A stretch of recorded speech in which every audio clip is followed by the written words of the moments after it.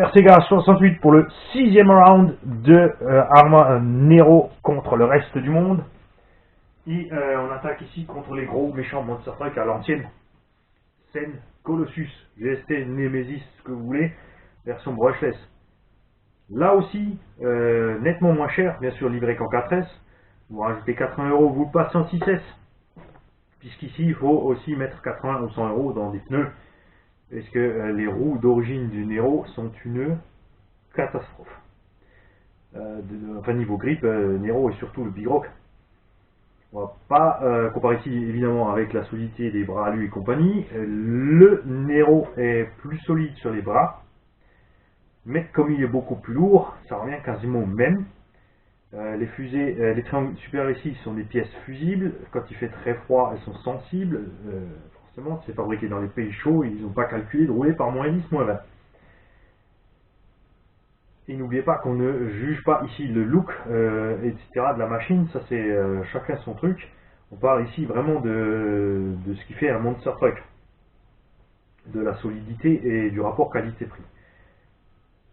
Petit avantage pour Arma pour la disponibilité des pièces, même si c'est très facile d'avoir des pièces chez Sen. Malheureusement, cet engin est apparemment en voie de disparition puisque Sen va faire le Reaper et ils ont laissé un peu tomber cette rangée de machines. Mais les pièces du Reaper, à première vue, vont pouvoir s'adapter là-dessus.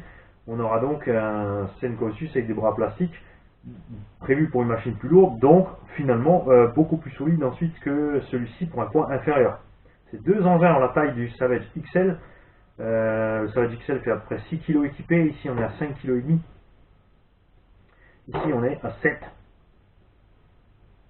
Avec ou sans le blocage diff, ça fait pas une grande différence.